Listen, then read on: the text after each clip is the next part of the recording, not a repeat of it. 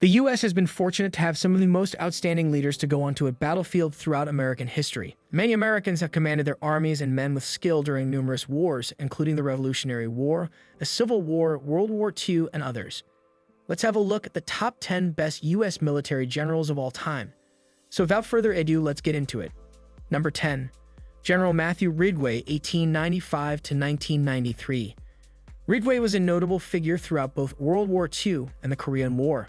His tactical prowess was displayed by his leadership in airborne operations and during the Battle of the Bulge. Ridgway was in command of the 8th United States Army and later the United Nations forces when the Korean War was going on. Praise was bestowed upon him for the role he played in bringing peace and order back to the region after Chinese involvement in the conflict. Ridgway's competence as a military leader was demonstrated by his dedication to the well-being of his soldiers and his ability to maintain strategic flexibility. These generals, collectively, were responsible for reshaping the history of the United States military thanks to the strategic genius, tactical inventiveness, and leadership they displayed throughout defining events in our nation's past. Number 9. General H. Norman Schwarzkopf, 1934-2012.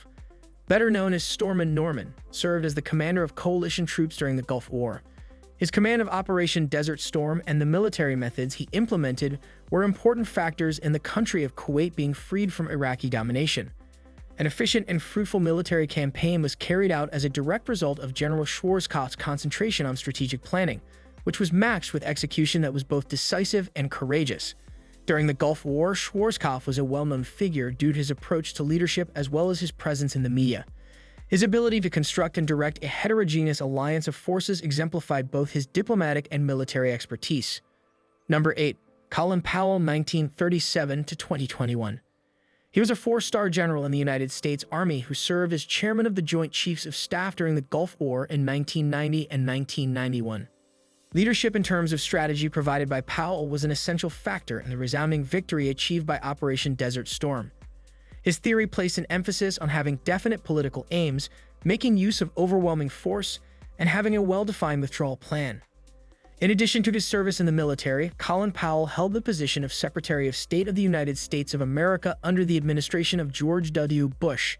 His Powell Doctrine, which advocates for a cautious approach and clear objectives in the employment of military action, continues to have an impact on the strategic planning of the United States military. We know that most of you guys are new here, so press the bell icon, subscribe, and give a thumbs up to watch more crazy stuff like this.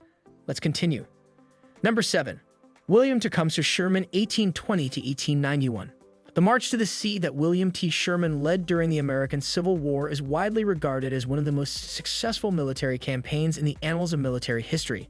Sherman, while serving as a general for the Union, devised a policy of total war with the intention of breaking the will to fight of the Confederacy by attacking not only their military but also their civilian infrastructure.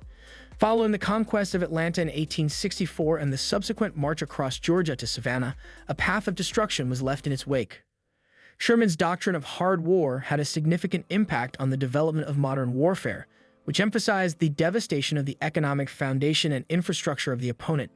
His victorious military methods were a crucial factor in the victory of the Union over the Confederacy, which ultimately led to the dissolution of the Confederacy. Number 6. Robert E. Lee, 1807-1870. Many might disagree with Lee's ranking in the center of this list, as he is frequently at the top of lists similar to this one. Lee's early death following the war of just shy of military canonization helped to solidify his mythology. However, he made serious tactical and strategic errors, especially at Gettysburg, and benefited immensely from the assistance of skilled sub-commanders like Longstreet and Jackson, who frequently receives low credit.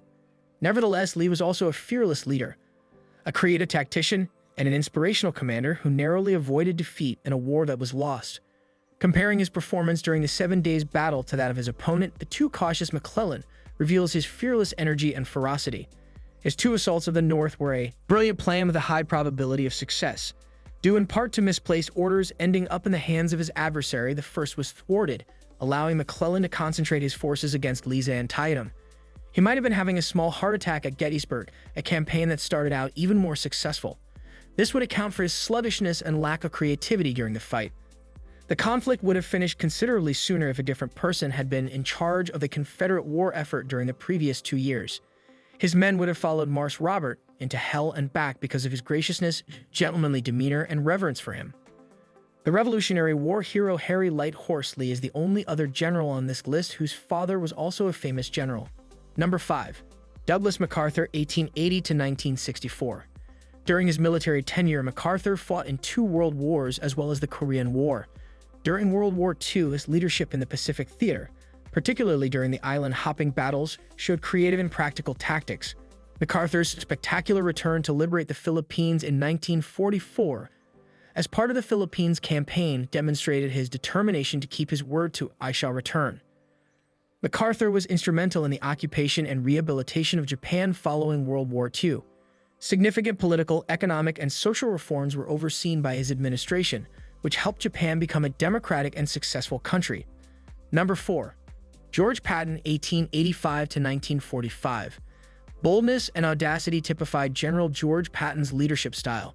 His armored divisions were crucial to the Allied triumphs in Sicily and North Africa during World War II. German forces were repelled in part by Patton's swift and forceful push through France following the assault of Normandy. Patton's leadership during the Battle of the Bulge in 1944 was arguably the most noteworthy. His prompt action and deft troop mobility made a major contribution to the Allies' victory in rebuffing the German attack. Patton left an enduring legacy as a result of his unconventional personality and military prowess. Number 3. Dwight D. Eisenhower, 1890 to 1969. During the Coalition era, Ike was the quintessential political general, mocked by the colorful MacArthur as the best clerk I ever had. He skillfully planned a large campaign in North Africa and on the European continent that resulted in complete victory, never forgetting that his main goal was to keep the many allies joyfully cooperating to defeat the Axis powers. There has never been a general in history with a greater force on land, sea, or in the air. Despite frequently having to put up with the conceited and incompetent Montgomery and let his British friends suffer the fallout, he was able to win the war with little dead and no significant losses, but a few embarrassing moments. He was a model professional soldier all around. Number 2. Ulysses S. Grant, 1822 to 1885. Grant was a notably phlegmatic, fearless, aggressive, and resolute American general who served as a model for contemporary generals. He was aware of the nature of the war he was fighting better than any of his contemporaries, with the possible exception of Sherman, and he successfully carried it out where others had failed. Grant suffered horrible losses, yet he was a tenacious, unwavering commander who never gave up. He just shrugged and remarked, "We'll lick him tomorrow," after taking a thrashing on the first day at Shiloh, and he did. Following this most optimistic battle, there was an attempt to relieve him. Lincoln, however, disregarded Grant's critics, saying, "I can't spare this man. He fights."